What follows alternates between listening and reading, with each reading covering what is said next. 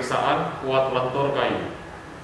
Pada pemeriksaan ini, alat-alat yang kita butuhkan adalah yang pertama, kaliper atau jangka sorong. Kemudian ada stopwatch. Dan alat yang terakhir yang kita butuhkan adalah alat kuat lentur. Di sini adalah dial dari alat ini atau bacaan yang dibaca dari alat tadi.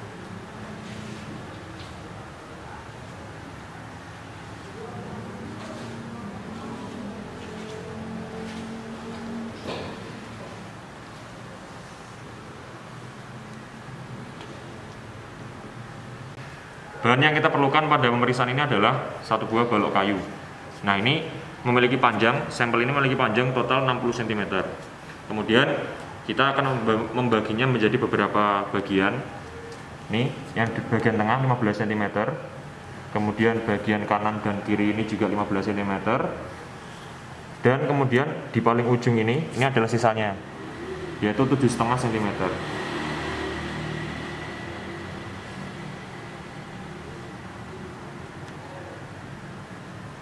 Kemudian yang terakhir adalah laporan sementara.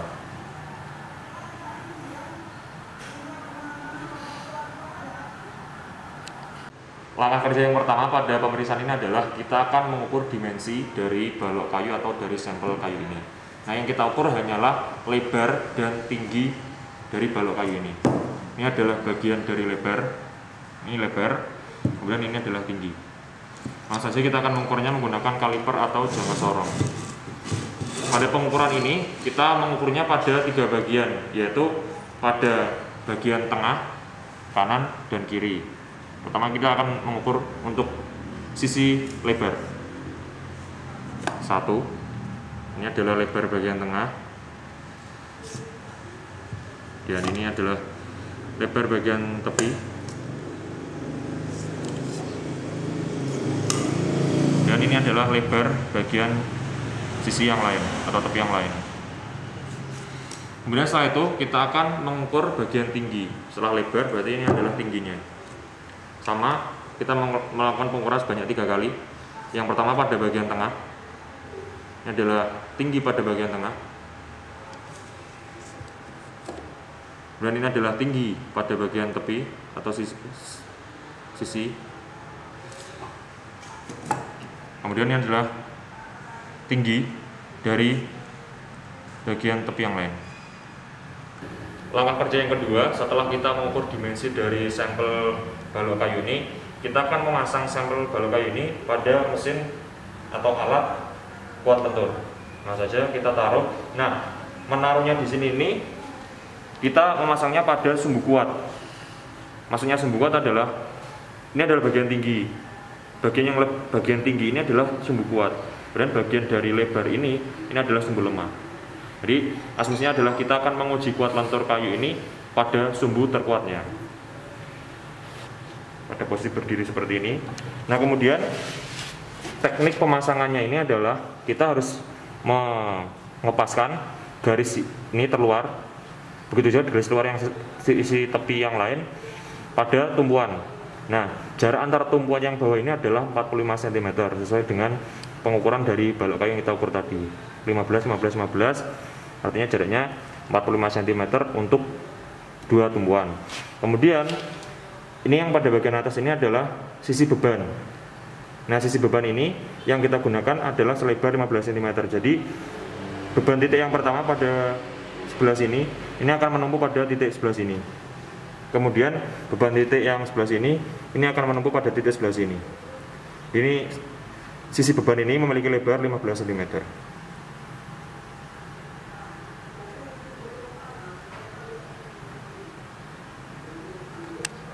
Kemudian setelah kita memasang sampel balok kayu pada alat kuat lentur ini, selanjutnya kita akan menghidupkan alat atau menguji kuat lenturnya.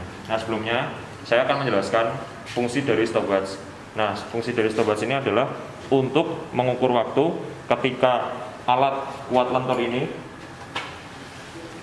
pada sisi beban sudah menyentuh permukaan dari balok kayu, atau ketika pembacaan pada beban di dial mulai naik, kita akan menghidupkan stopwatch.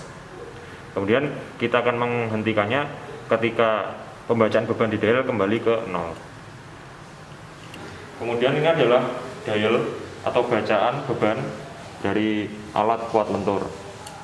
Ini dapat terbaca di sini berapa beban maksimal yang mampu ditahan oleh balok kayu atau sampel kayu.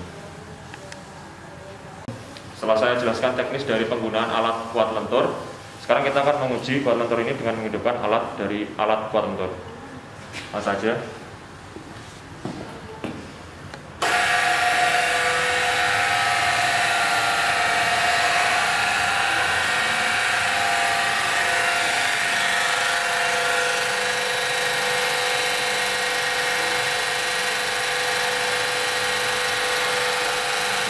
Ya, kita hidupkan stopwatch karena sudah menyentuh permukaan dari balok kayu. Ini adalah proses dari pembebanan di kayu.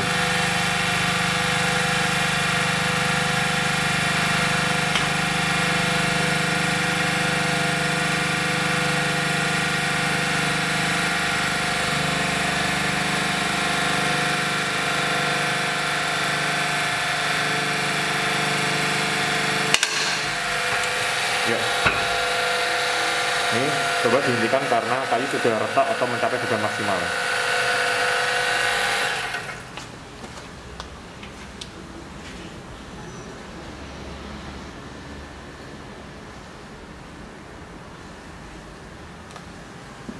Setelah kita melakukan pengujian kuat lentur pada kayu, di sini terbaca berapa beban maksimal yang mampu ditahan oleh sampel balok kayu, yaitu sebesar 27,05 kN.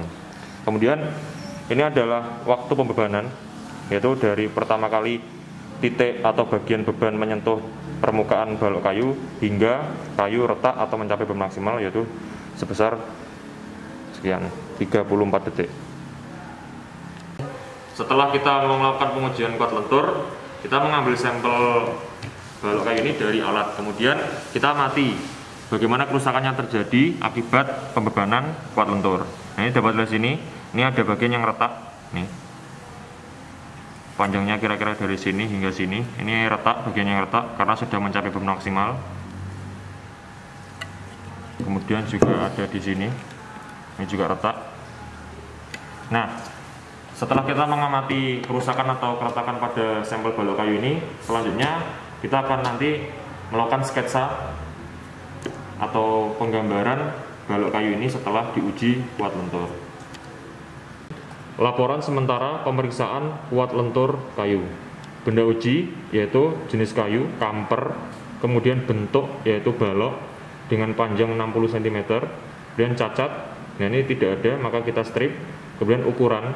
Nah, ukuran yang kita ukur pada langkah kerja yang pertama tadi adalah lebar dan tinggi dengan 3 kali pengukuran pada sisi yang berbeda.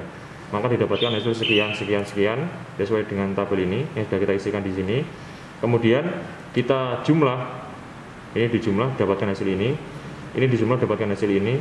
Kemudian dibagi dengan 3 untuk mendapatkan rata-rata, yaitu 39,1 mm pada lebar dan 58,7 mm pada bagian tinggi. Nah, kenapa kita harus merata-rata? Karena untuk mendapatkan hasil pengukuran lebar dan tinggi yang lebih presisi. Kemudian hasil pengujian beban maksimum yang terbaca pada alat yaitu sebesar 27,05 kN. Kemudian sketsa beban pengujian. Nah, ini nanti silakan Anda buat sendiri di sketsa manual di kertas sesuai dengan tadi kayu yang sudah kita uji atau kerusakan yang ada pada kayu sesudah kita melakukan pengujian kuat lentur. Kemudian waktu pembebanan yaitu sebesar 34 detik sesuai dengan stopwatch yang kita gunakan tadi.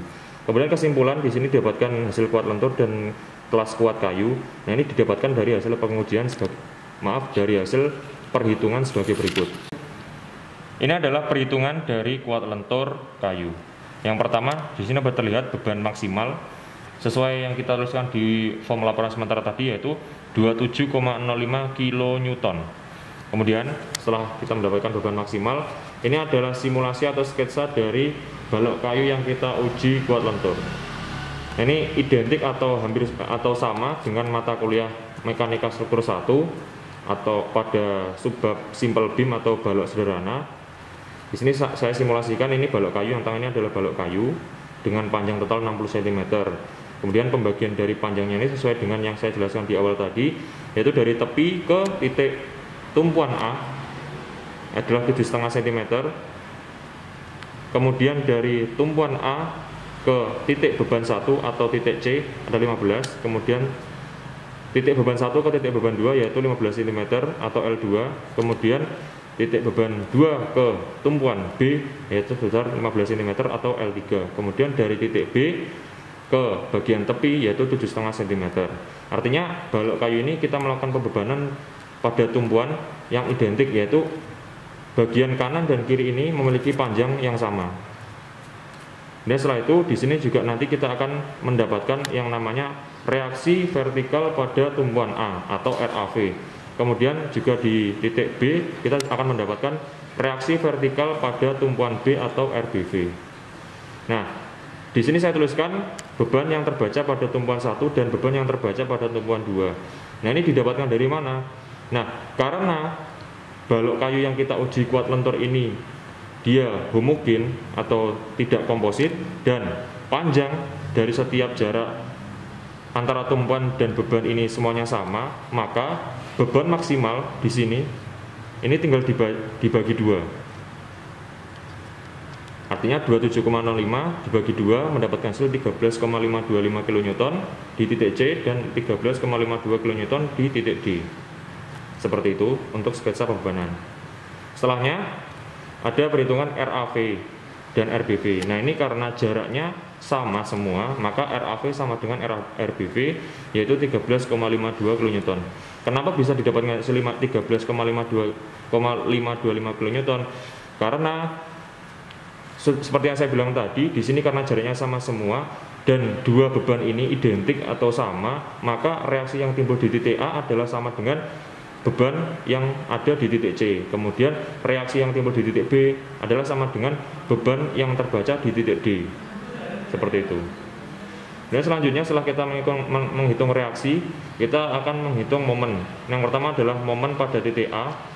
Ini akan sama dengan momen pada titik B, yaitu sama dengan 0. Seperti mata kuliah MS1, momen pada tumpuan itu akan selalu 0. Kemudian setelah itu kita akan menghitung momen pada titik C atau MC. Nah, ini memiliki MC adalah titiknya di sini, maka rumusnya adalah RAV dikalikan dengan jarak atau L1. Maka di sini juga tertulis RAV dikalikan dengan L1. Itu 13,525 kN dikalikan dengan L1 yaitu sebesar 15 cm. Didapatkan hasil 202,875 kN cm. Dan kita akan menghitung MD atau momen pada tumpuan D sama di titik D, berarti momennya di sini. Rumusnya seperti mekanika struktur 1 yaitu RBV atau reaksi vertikal pada tumpuan B dikalikan dengan panjang yaitu L3 ini. Maka di sini dituliskan rumus RBV dikalikan dengan L3 yaitu sama dengan 13,525 kN dikalikan dengan 15 cm, didapatkan hasil 202,875 kN cm. Nah, momen di titik C dan di titik D ini sama, yaitu 202,875 karena yang seperti saya bilang tadi, letak dari pembebanan dan jarak dari setiap beban ke tumpuan itu antara kanan dan kiri itu semuanya sama. Dan setelah itu, setelah kita menghitung momen dan reaksi, kita akan menghitung momen tahanan yang disimbolkan dengan huruf W. Ini memiliki rumus 1/6 dikalikan dengan B dikalikan dengan H kuadrat. B itu adalah lebar dari balok kayu, kemudian H adalah bagian tinggi dari balok kayu sesuai dengan perhitungan yang kita hitung tadi di sini. Ini adalah B, ini adalah H. Di sini kita dapatkan hasil sekian.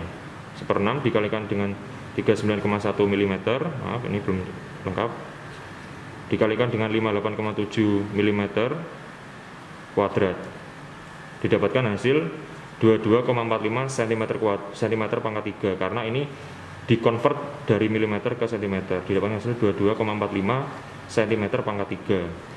Dan setelah kita menghitung reaksi pada tumpuan momen pada setiap titik dan momen tahanan atau W, terakhir kita akan menghitung kuat lentur. Nah, kuat lentur ini memiliki rumus M dibagi dengan W, di mana M ini adalah MC atau MD, yang di mana MC dan MD itu sama, dibagi dengan W. W ini adalah momen tahanan tadi.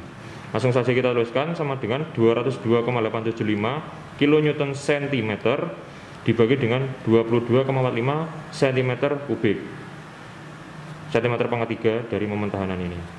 Didapatkan hasil 9,037 kN per cm pangkat 2.